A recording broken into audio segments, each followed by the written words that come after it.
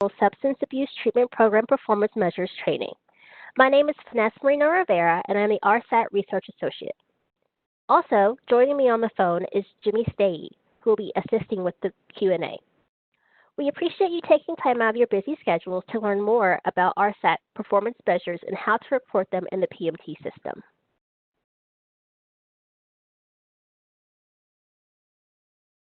During the training, we will discuss BJA reporting requirements as they pertain to RSAT. We will also give an overview of the RSAT performance measures, allowing you all to ask questions. Finally, we'll go over some common reporting challenges that should help to clear up certain reporting issues. We will wrap up with a Q&A answer as many of the questions you have as we will wrap up with some Q&A and any questions that you have. Again, please feel free to leave any questions that you have in the chat box. Here are the learning objectives for this training. In the end, you should walk away with a better understanding of why BJA requires you to report performance measures and how we use this information. During the training, you'll get a basic review of the RSAT specific reporting requirements and some issues we see in the reporting and how to avoid those issues. We will now review performance measures reporting. So what exactly is the PMT? The Performance Measurement Tool is the online data collection tool for Office of the Justice Programs grant recipients.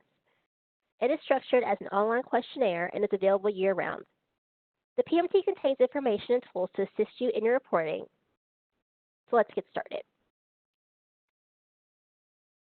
This table outlines the type of data you'll be reporting each reporting period, when your reports are due in the PMT, and whether you also need to upload your reports to the Grants Management System, or GMS. As you can see from the alternating values under this second column, you'll only report on the narrative questions in January, July, and during your last reporting period of the grant activity, regardless of where that falls on the schedule. As you can see from the table, the PMT is only open for data entry during the month after reporting period closes. The PMT is accessible year-round for you to review and edit your data, generate reports, and more, but you will need to contact the PMT Help Desk to help you unlock reports as needed. The first page of each performance measure questionnaire outlines additional resources that may be helpful as you report. It includes reminders about the program's goals and objectives and lists contact information for the PMT Help Desk and state policy advisors if you need to reach out with any questions. We like to know each program's goals and objectives as a reminder of why we are asking you to fill out this questionnaire each quarter. The measures are ultimately there to assess your progress towards the RSAT program's goals, which we'll look at in more detail in the coming slides. We also have a reporting tip on this slide. These reporting tips may appear throughout the presentation where we think there's additional information that can help clarify PMT reporting. This one highlights that some grantees find it easier to track the required data outside of PMT in smaller time increments, and then add it all together when it's time to report in the PMT to get their reporting period totals. We strongly encourage you to use whatever approach makes it easiest for you to report your totals each reporting period. Or, in your case, you may consider spreadsheets or case management systems so that you can track individual participants that are in the RSAT program. At this point, let's take a closer look at how we define certain performance measurement data. Inputs refer to the program resources. Examples include grant funding. Activities are the actions that convert inputs to outputs that eventually result in the measurable progress toward the program's goals. These include all of the processes and activities that make up RSAT, such as screening, drug testing, cross-training between treatment staff and jail prison staff and reentry personnel, and providing substance abuse and recovery support services both within facilities and within communities. Outputs are the countable products or services that result from these actions. For our purposes, we are interested in the participants in the RSAT program and the services they receive. Outcomes speak to longer-term program goals. In this case, you should be looking at completion rates and recidivism, relapse and or subsequent court or criminal involvement, some of which require in the PMT.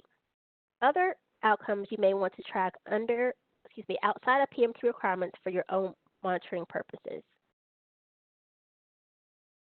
With all that in mind, let's look at the objectives of the RSAT program as defined in the RSAT solicitation. I highlighted a few key components of this statement from the fiscal year 2019 solicitation. Specifically, RSAT programs enhance the capabilities of states and units of local government and tribes to provide residential substance abuse treatment. Further, RSAT grant funds may be used for the reentry process, such as offenders who are receiving support and services in the community in aftercare programs. Related to RSAT goals statement are certain objectives. Performance measures are tied to each of these objectives. The first objective to provide a secure setting that is separate from the general population for RSAT program participants. Secondly, all RSAT programs are to focus on the programming around the substance abuse problems of offenders. Further, additional programming will focus on the cognitive, behavioral, social, and vocational needs of the offender. Urine analysis or some other form of drug testing is also required. It should be periodic and random, including pre and post programs. To see how these objectives align with the performance measures, this slide details an objective that we just covered. The first objective, which is to focus on the substance abuse problems of the RSAT program participant, we look at an overall enrollment, completion and non-completion rates, length of time program, and more recently, the utilization of medication-assisted treatment. For the second objective, we look at the utilization of screening and assessment tools, case planning, and the availability of a certain array of services. We recognize that programs will differ in their design and implementation. In particular, the array of services that can be offered will vary. Finally, the last objective is straightforward in that we are looking at the drug and alcohol testing. Performance measures have many benefits to BJA. It allows BJA to look at the drug court program holistically as well as at the local level to identify successes as well as potential areas of improvement. This also allows BJA to target training and technical assistance resources to subjects or localities that need them most.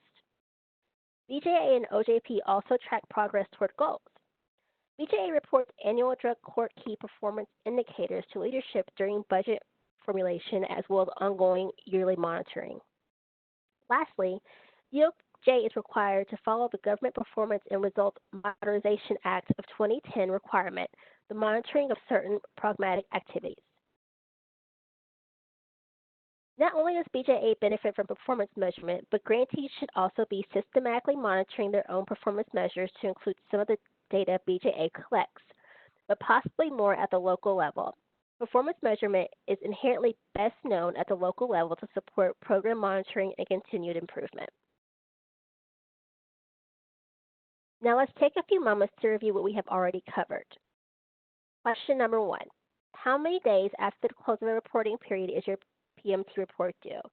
A, 7, B, 15, C, 30, or D, 45? Question number 2.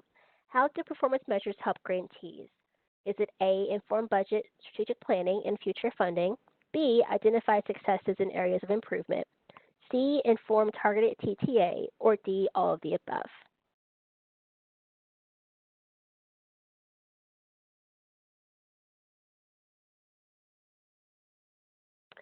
Okay, moving on. Now you have a chance to weigh in. For number 1, please answer, what key metric performance measures does your RSAT program monitor on a frequent basis?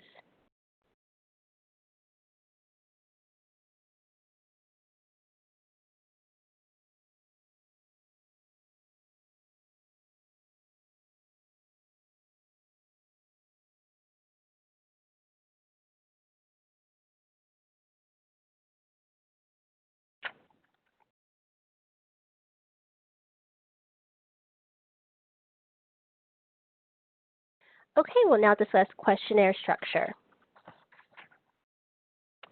PMT reporting is mandated to be award-based.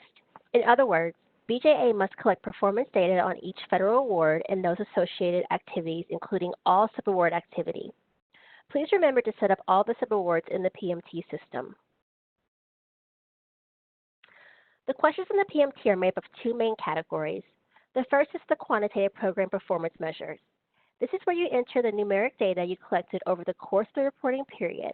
For example, How many people participated in the RSAT program and completed treatment and other services? The second section are the qualitative narrative questions. These questions are open-ended, allowing you to be as descriptive as you like, as long as you are concise and to the point. The narrative questions that are answered during the April through June and October through December reporting periods fall in this category. An example of this type of question could be, what were your accomplishments during the reporting period, or what challenges did you face in completing your program goals during this reporting period? Remember, these questions are meant to capture the full experience you have with conducting activities with the BJA funds. So the more information you provide, the better. The quantitative data you report is used to establish baselines, track performance against program goals, and create a nationwide picture of numeric data for BJA. Narrative questions are open-ended and give grantees a chance to express in their own words how their experience has been conducting program activities with BJA funding. Both of these categories are equally important for your reporting, and you should take every possible measure to ensure the accuracy and integrity of your data. There are two PMT questionnaires for the three types of RSAT programs. Jail-based and prison-based share the same performance measures questionnaires. Aftercare is very similar with slight differences related to court and criminal involvement and questions pertaining to linking participants to health insurance coverage. For convenience, I have included the definitions and pragmatic requirements of each program type. For jail-based programs, they are locally run, non-state entities that are typically short-term facilities. Jail-based programs should be at least 3 months. Prison-based programs are typically operated by state entities either directly or through contracts. Prison programs should be 6 to 12 months in length. It is a requirement that prison-based programs are in a facility set apart from the general population. Note, that part of the definition is based on the physical location of the facility. Finally, aftercare programs must be a coordinated effort between correctional treatment programs and community-based programs. The RSAT questionnaire is broken up between these sections. All sections are required every quarter except for the narrative. The training questions are focused on the use of RSAT funds, including matching funds that are used for the purpose of cross-training treatment and custody staff on RSAT practices such as MI, addiction recovery and support, assessment tools, and etc. For treatment staff, training around best practices and security measures should also be reported. If you are not using RSAT funds for these training purposes, you may indicate this and skip some of the questions. The next section of the questionnaire is all about the RSAT participants. They include questions on risk assessment and treatment planning, participant counts such as entering and exiting the program, services provided, drug testing, and finally, subsequent court and criminal involvement.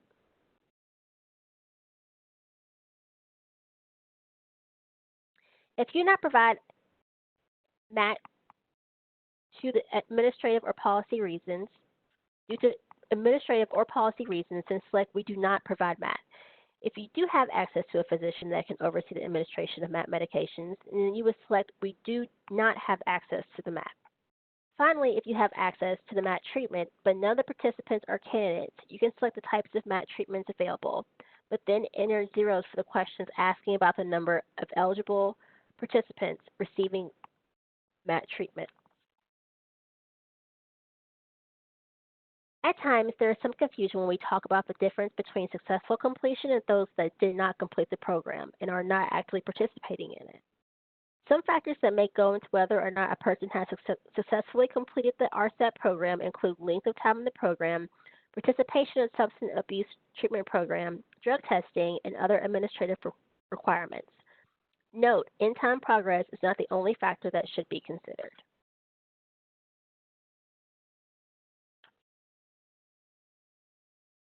At times throughout the questionnaire, we use some verbiage that asks for a count as of the last day of the reporting period, which is a point in time, the count often used in prison or jail-based surveys.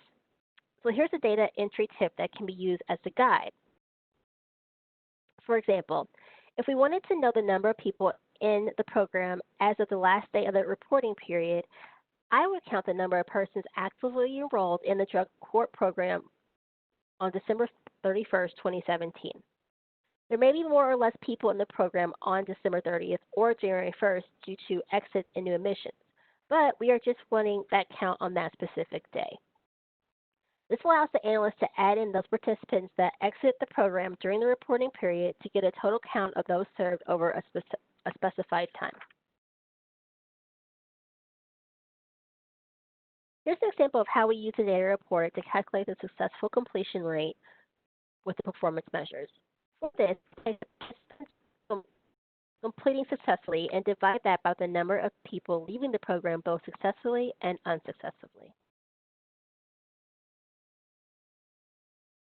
Because this data may be difficult to track, it is important to make plans ahead of time to track this information on a systematic basis throughout the life of the grant. If you are unable to collect this information, please enter zeros and tell us by indicating the grantee does not have access to this information. Otherwise, you should be tracking the court and criminal involvement activities of participants and those that have finished or dropped out of the RSAT program. This is typically done through administrative records.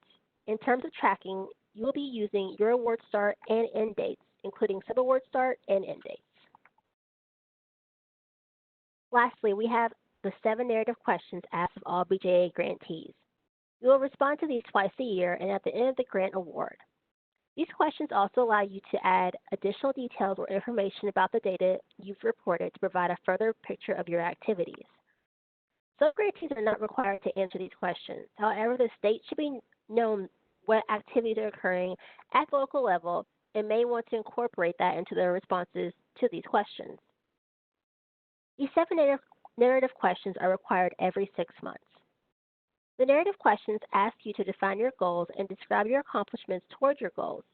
Goals should be smart, specific, measurable, achievable, and relevant, with an addition of being time-bound.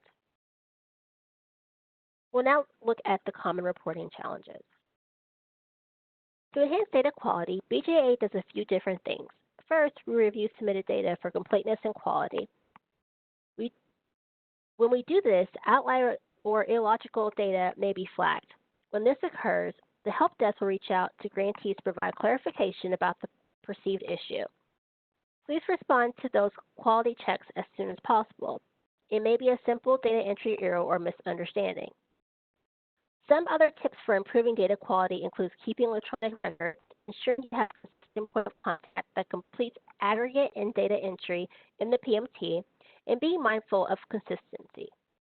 Lastly, during site visits, grant managers will take some time to ensure you have proper procedures in place for reporting and may ask for documentation to support PMT data entry. When funding one program with multiple federal awards, please do not duplicate. This can be done by using the prorating method. I have also seen where some grantees report all data under one award and then leave a comment in the other federal award that all activity is reported under federal award number.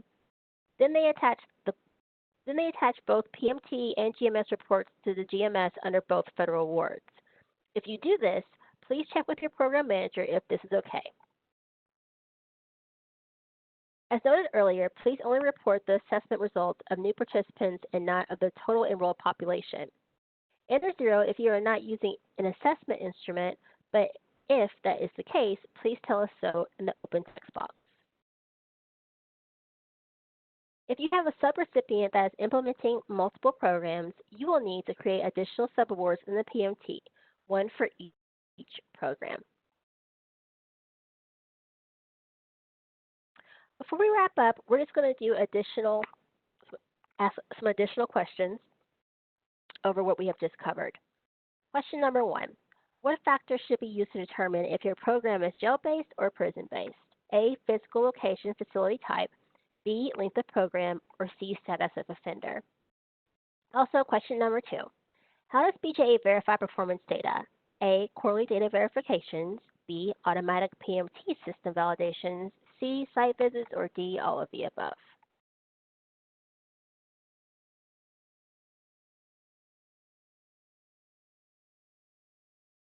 Okay, so for number one, the correct answer is A, physical location, facility type. And for question two, the correct answer is D, all of the above. Here's the BJA PMT Help Desk contact information. Our office hours are Monday through Friday, 8:30 a.m. to 5 p.m. Eastern Time, except for U.S. federal holidays. We strive to return everybody's email and phone call within 24 hours, so please don't hesitate to leave a voicemail or email even after business hours. We'll leave the webinar open for about 5 to 10 minutes so you can download any handouts attached or use the Q&A box if you have any questions. A recording of today's training and other user materials and resources will be posted online. On behalf of BJA and the PMT team, thank you for your time, dedication, and hard work. This concludes the presentation.